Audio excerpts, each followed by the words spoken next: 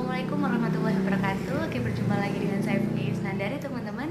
Jadi di video kali ini saya akan memberikan materi mengenai metode strukturis dalam sejarah. Oke, langsung saja ya teman-teman.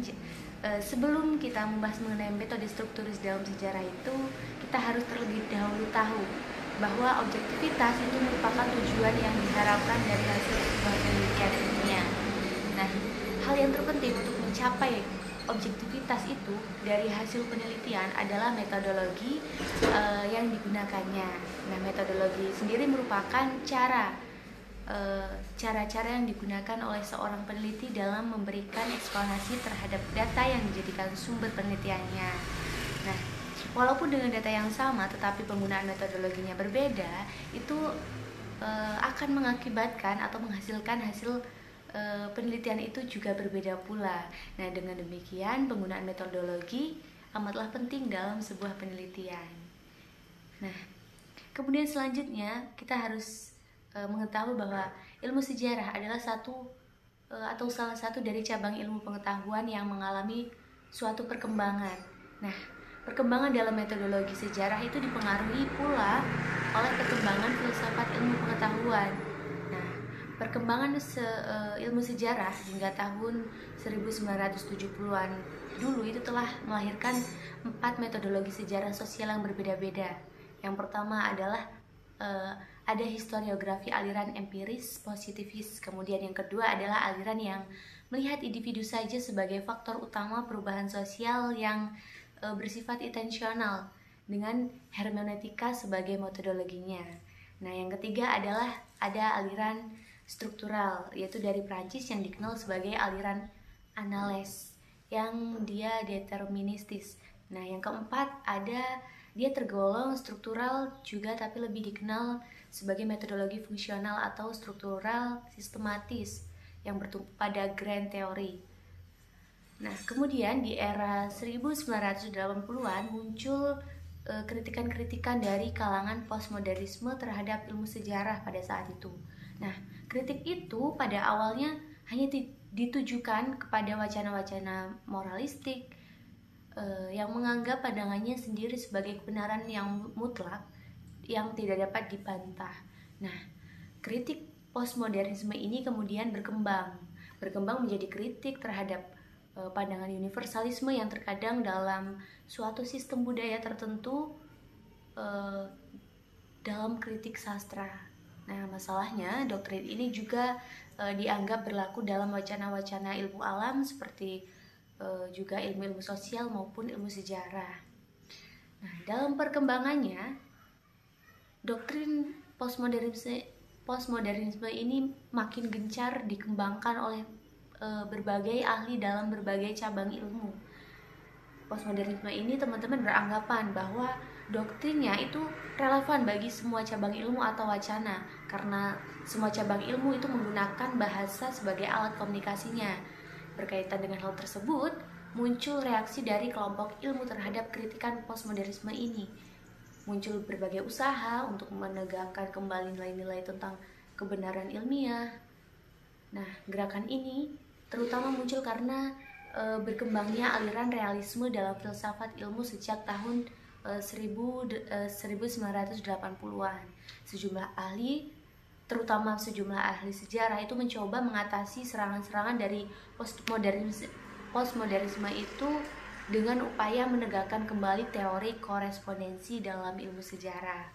Dengan kata lain, mereka berupaya mencari cara-cara yang bisa menjamin realitas sepenuhnya dalam ilmu sejarah, bukan sekedar kaitan dengan korelasinya saja. Nah, inilah yang oleh sementara para ahli itu menyebutnya sebagai pendekatan strukturis yang berbeda dengan pendekatan struktural yang bersumber pada aliran Annales atau sosiologi Talcott Parsons pada saat itu. Nah, pendekatan strukturis ini teman-teman itu dikembangkan oleh sejarawan ekonomi dari Inggris yang bernama Christopher Lyot.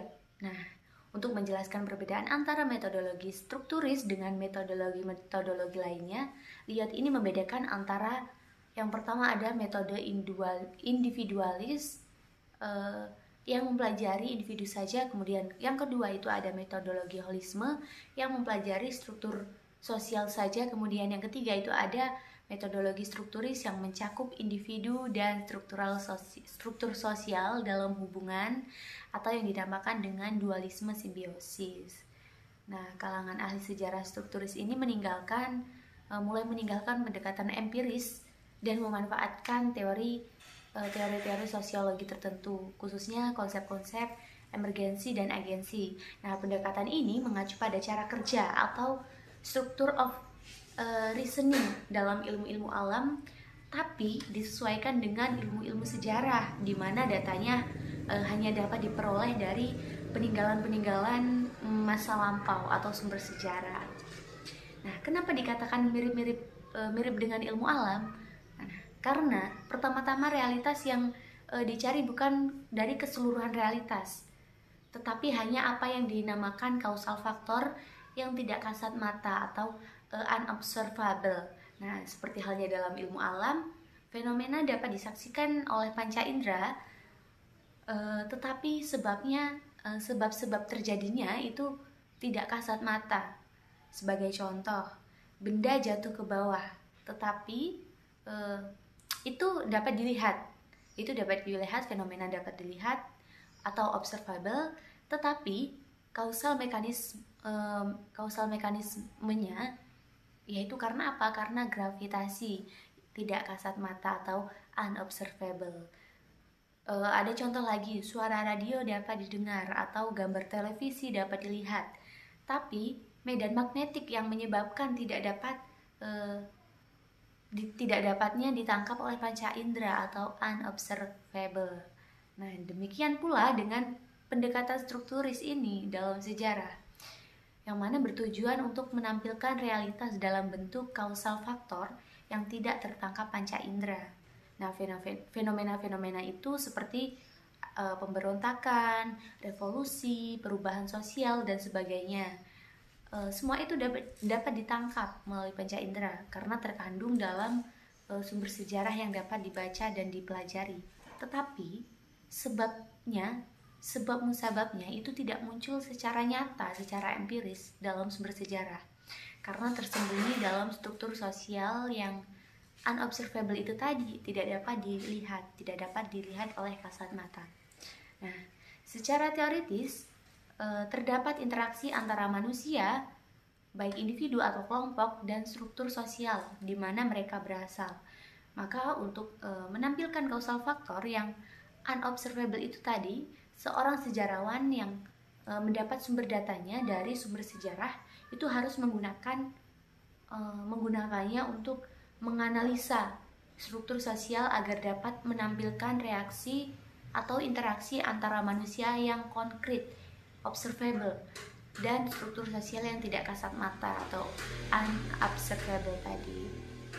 Nah, dalam metodologi strukturis, peristiwa dan struktur sosial itu tidak bersifat dikotomik, tetapi merupakan suatu dualisme simbiotik yang berdialektika. Nah, maksudnya gimana? Nah, maksudnya peristiwa mengandung kekuatan mengubah struktur sosial, sedangkan struktur sosial itu mengandung hambatan atau dorongan bagi tindakan perubahan itu.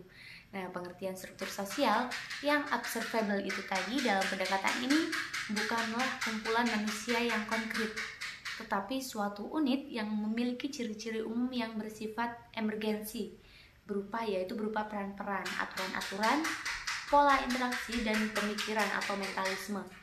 Nah, menurut pendekatan strukturis, perubahan sosial tidak disebabkan karena struktur sosial lainnya, tetapi perubahan struktural justru disebabkan oleh tindakan-tindakan yang konkret dan observable dari manusia itu sendiri, yang disebut agensi, yang dengan sengaja mengubah peran, aturan, interaksi berdasarkan pemikiran tertentu.